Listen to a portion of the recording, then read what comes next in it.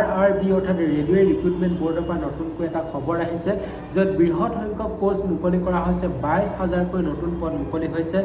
RRBৰ পৰা অৰ্থাৎ railway recruitment বৰ্ডৰ পৰা ৰেলৱে বিভাগৰ পৰা 22,000কৈ নতুন এই যিখিনি পদ মুকলি কৰা হৈছে ইয়াৰ বাবে আপোনালোকে অনলাইন যোগে এপ্লাই কৰিব লাগিব আৰু ন্যূনতম অৰ্হতা আপোনালোকে ক্লাছ 10 পাছৰ পৰা ইয়াত এপ্লিকেবল হ'ব তো এই পদসমূহৰ বিষয়ে আমি আজি বিতংভাৱে আলোচনা কৰিম এইটো ভিডিঅ'ৰ মাধ্যমেৰে কি ইয়াত যোগ্যতা লাগিব কি অৰ্হতা লাগিব আৰু লগতে কেতিয়াৰ পৰা ষ্টাৰ্ট হ'ব অনলাইন আবেদন প্ৰক্ৰিয়া কেতিয়া লাষ্ট ডেট আছে সবিশেষ তথ্য আপোনালোকে এইটো ভিডিঅ'ৰ জৰিয়তে জানিব পাৰিব সো পুনৰবাৰ আপোনালোকক স্বাগতম জনাইছোঁ জব আছামৰ অন্য এটা খবৰলৈ আমি আপোনালোকৰ বাবে পোনপ্ৰথমে সকলো নতুন চাকৰি খবৰ লৈ আহোঁ গতিকে আপোনালোকে আমাৰ সৈতে জড়িত হৈ থাকক আৰু আনকো আমাৰ খবৰসমূহ শ্বেয়াৰ কৰি আনকো উপকৃত কৰিব বুলি আশা থাকিল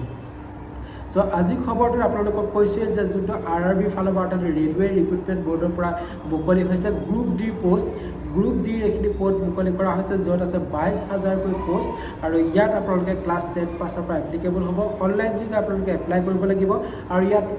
গ্ৰুপ ডিৰ এই পোষ্টসমূহৰ কি পোষ্ট মুকলি কৰা হৈছে বুলি ক'বলৈ গ'লে ইয়াত ট্ৰেক মেইনটেইনৰ হেল্পাৰ আৰু পইণ্টছমেনৰ বাবে পদ মুকলি কৰা হৈছে এক্সেট্ৰা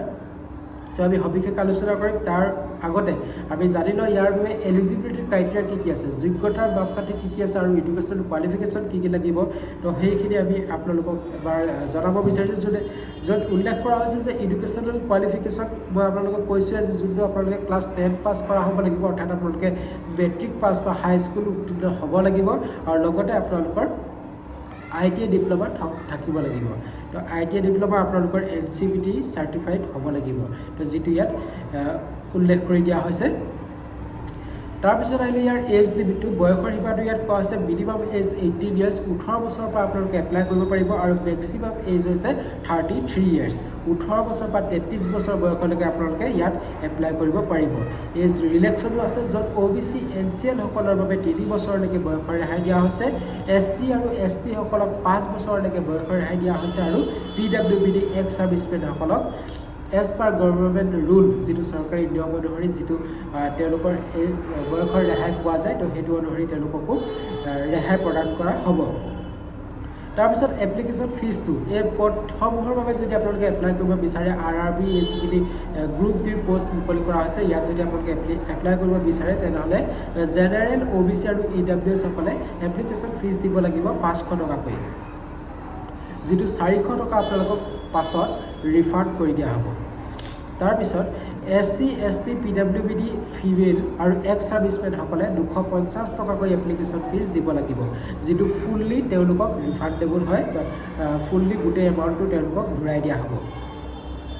তাৰপিছত সিলেকশ্যন প্ৰচেছটো আপোনালোকক কৈছে যে যিটো আপোনালোকৰ CBT কম্পিউটাৰ বেছ টেষ্ট লোৱা হ'ব তাৰপিছত ফিজিকেল এফিচিয়েঞ্চি টেষ্ট অৰ্থাৎ PET লোৱা হ'ব তাৰপিছত আপোনালোকৰ ডকুমেণ্ট ভেৰিফিকেশ্যন হ'ব আৰু লগতে আপোনালোকৰ মেডিকেল এক্সামিনেশ্যন হ'ব তো এইকেইটা মাধ্যমৰ জৰিয়তে আপোনালোকক এইটো পদৰ বাবে এই চাকৰিটোৰ বাবে আপোনালোকক বাছনি কৰা হ'ব হাউ টু এপ্লাই কৰাৰ ক্ষেত্ৰত আপোনালোকে অনলাইন যোগে এপ্লাই কৰিব লাগিব অনলাইন এপ্লাই কৰাৰ লিংক আপোনালোকে এইটো ভিডিঅ'ৰ ডেছক্ৰিপশ্যনত পাই যাব কিন্তু তাতো এটা কথা আছে যিটো মই আপোনালোক কৈছোঁ যে এইটো অনলাইন আবেদন প্ৰক্ৰিয়া বৰ্তমানো ষ্টাৰ্ট হোৱা নাই অনলাইন আবেদন প্ৰক্ৰিয়া ষ্টাৰ্ট হ'ব 21 জানুৱাৰী 2026 পৰা 21 জানুৱাৰীৰ পৰা যেতিয়া অনলাইন এপ্লাই কৰাৰ লিংক মুকলি কৰা হ'ব তেতিয়াই এইটো ভিডিঅ'ৰ ডেছক্ৰিপশ্যনত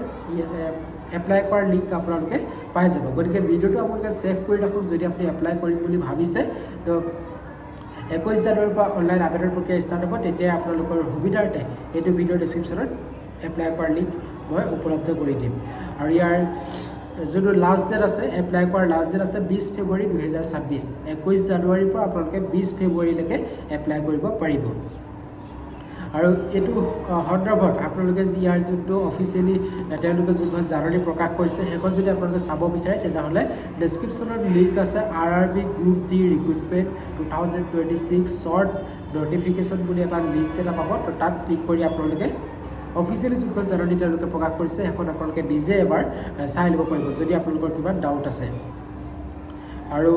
ইয়াৰ অফিচিয়েল ৱেবছাইটৰ লিংকো মই ডেছক্ৰিপশ্যনত দি ৰাখিছোঁ লিংকত ক্লিক কৰি আপোনালোকে অফিচিয়েল ৱেবছাইটত নিজে ভিজিট কৰি কেনে আপোনালোকৰ কিবা থাকিলে নিজে জানি ল'ব পাৰিব চ' এইটোৱে আছিল আজিৰ খবৰ আৰু এনেকুৱা ধৰণৰ নতুন চাকৰিৰ খবৰ আমি আপোনালোকৰ বাবে পোনপ্ৰথমে লৈ আহোঁ গতিকে পুনৰবাৰ আপোনালোকক ধন্যবাদ আৰু এনেদৰে আপোনালোকে যেন উপকৃত হৈ থাকে আৰু আনকো শ্বেয়াৰ কৰি যেন আপোনালোকে এই খবৰসমূহ আনকো শ্বেয়াৰ কৰি তেওঁলোককো যেন উপকৃত কৰে। তো তাৰে কামনাৰে আজি খবৰটো ইমানতে সমাপ্ত কৰিছোঁ। ধন্যবাদ।